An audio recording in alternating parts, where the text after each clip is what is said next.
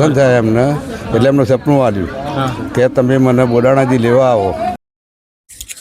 જય માતાજી મિત્રો, પ્રકાશ બ્લોગમાં સ્વાગત છે અમારું. મિત્રો, ફાગણી પૂનમ નજીક આવી ગઈ છે અને હું આવું છું ડાકોર, અને આ ગાયનવાડે ઊભો છું મિત્રો, અને ડાકોર જઈને તમને દર્શન કરાવવાનો છું, તો વિડીયો છેલ્લે સુધી જોજો. તો મિત્રો, ડાકોર જતાં વચમાં રાધિકા મંદિર આવે છે અને ત્યાં આ કુંડ આવેલો છે, અહીંયા બધા સ્નાન કરે છે.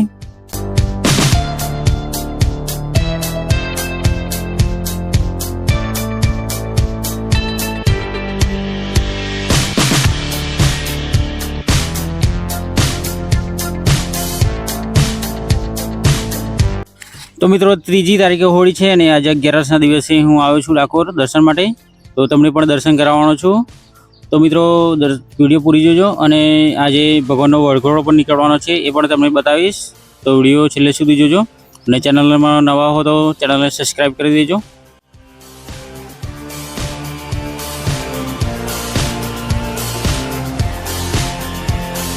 તો મિત્રો, મંદિરે આવી ગયો છું. જુઓ તમે, સામે મંદિર દેખાય છે, ડાકોર રણછોડરાયજીનું મંદિર. તો આજે 11 છે, 11થી આટલી ભીડ તમને જોવા મળે છે. જો તમે મિત્રો, પબ્લિક ચાલુ થઈ ગયું છે. આજે 11ના દિવસે પણ ફૂલ પબ્લિક જોવા મળે છે. જુઓ તમે,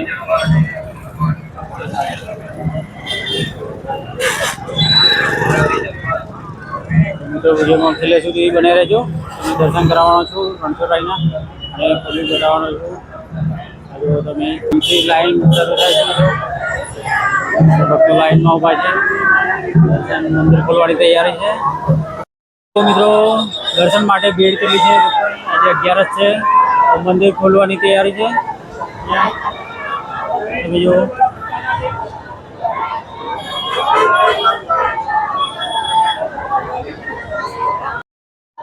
મિત્રો મંદિર ખોલવાની તૈયારી છે, અને થોડીક જ વારમાં મંદિર ખુલશે. તમે દર્શન કરવાનો છો રણછોડરાયના.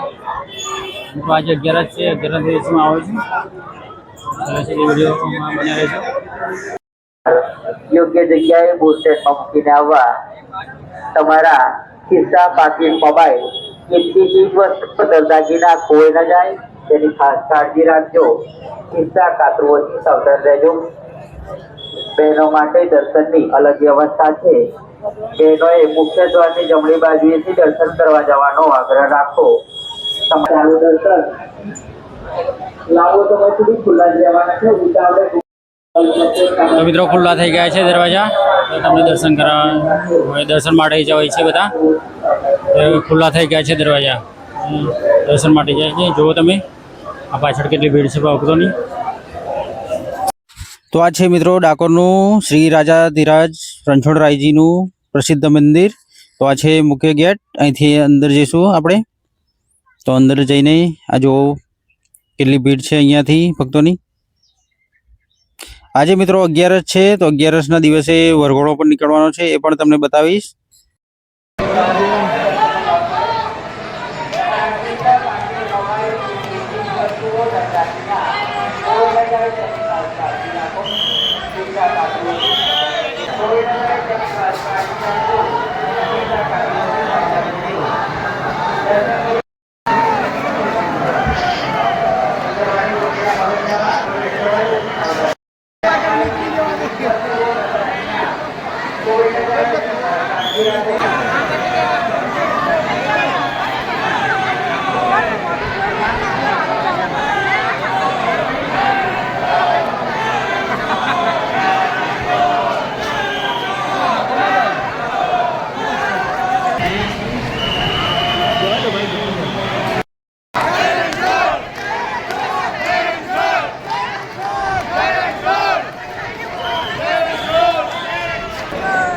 તો મિત્રો, દર્શન કરીને બહાર આવી ગયો છું, અને મંદિરમાં તો બહુ ભીડ હતી મિત્રો.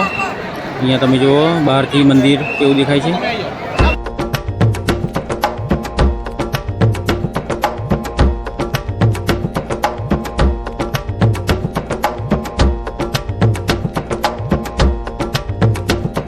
તો મિત્રો મંદિરમાંથી દર્શન કરીને આવી ગયા છે. હવે તમને લઈ જઈશ ગોમતી ઘાટ, ગોમતી લેક પર.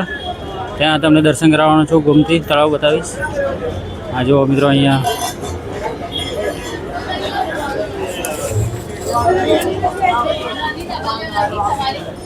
આ છે ગોમતી.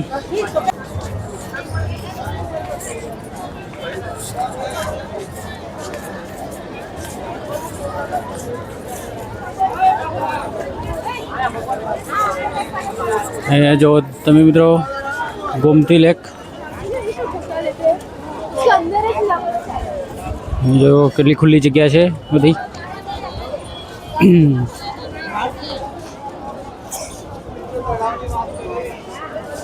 અહીંયાથી જ અમે જો મિત્ર મંદિર એકદમ.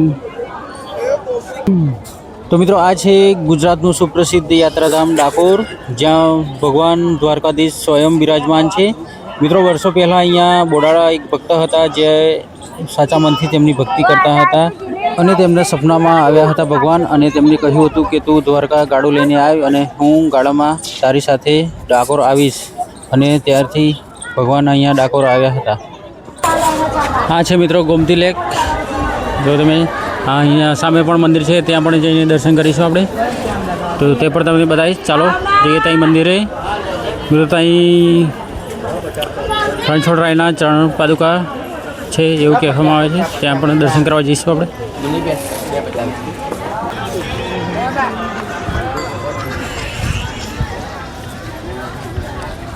તો મિત્રો અહીંયા જુઓ તમે કેવી ભીડ છે.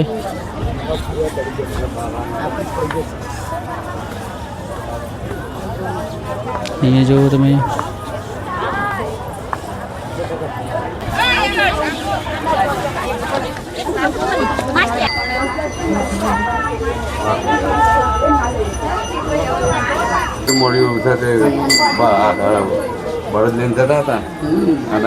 મિત્રો અહીંયા એક દાદા મળ્યા છે આપણે, તે આપણે માહિતી આપશે કે દ્વારકાથી ભગવાન અહીંયા કઈ રીતે આવ્યા. તો આપણે દાદાની માહિતી લઈશું થોડી. તો મિત્રો આપણે જાણીએ, દાદા બતાવશે આપણને કે દ્વારકાથી અહીંયા ડાકોર ભગવાન કઈ રીતે આવ્યા. તો દાદાને આપણે પૂછીશું. બોડાણાજીની અને એમના ઘેરથી એમની ભક્તિ હતી, ભક્તિ કરતા હતા. દ્વારકાધીશ પસંદ થયા એમને, એટલે એમનું સપનું આવ્યું કે તમે મને બોડાણાજી લેવા આવો. તે ખોડિયું મોડિયું બધ્યું અને કંઈ ભાગલી તૂટલી વેલ લઈને તો ગયેલા દ્વારકાધીશ. હા, દ્વારકા ગયા. તોથી પછી કે હા ભગત તમે આવ્યા છો. પછી એ ભગવાનના આવતા સોનાની સાથે વેલ થઈ ગઈ અને ખોડિયું મોડિયું બધું હતું, તાકાતવાળું થઈ ગયું. અને પછી તોથી રાતે અહીંયા આગળ આવી ગયા. અને અહીંયા પછી બીજા દિવસ ખબર પડી કે ભગવાન અહીંયા આગળ દ્વારકામાં નથી, તે તોથી બધા ગુગરી લોકો અહીંયા આવેલા અને અહીં આગળ ભગવાન પછી હંતાઈ ગયેલા. એ આ જગ્યાએ હંતાઈ ગયેલા અને પછી ગુગરીઓ સાથે બધું સફાઈ પાલા મારી પછી આખા ગોમતીની અંદર સાથે શોધખોળ કરી. હા, પણ ના મળ્યા.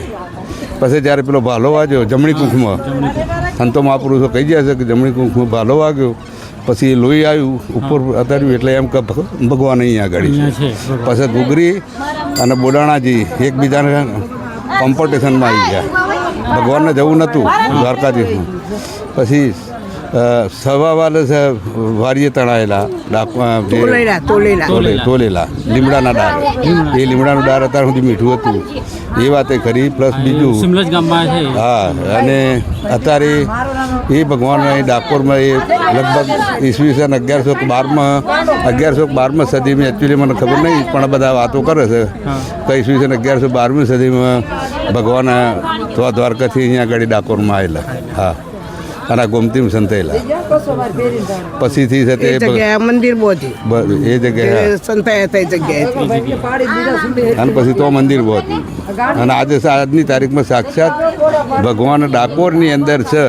તમે શ્રદ્ધા, હિંમત અને ધ્યાન ધરો તો વિશ્વાસ રાખો તો તમારું સાથે ભગવાન કામ કરે છે. રણછોડરાય બોલો, રણછોડરાયની બોલો, રણછોડરાયની.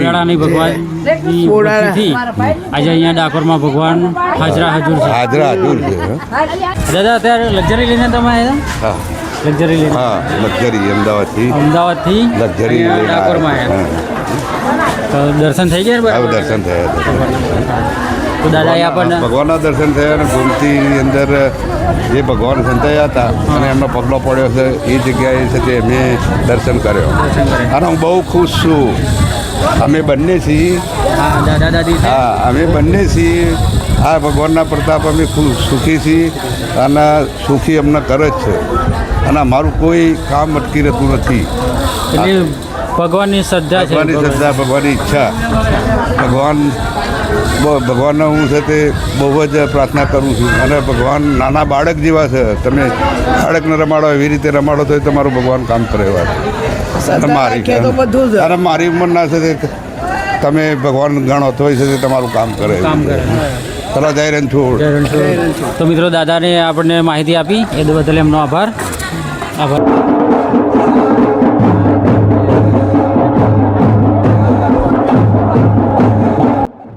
તો મિત્રો આજે 11 છે અને આજે 11નો વરઘોડો નીકળ્યો છે ભગવાનનો.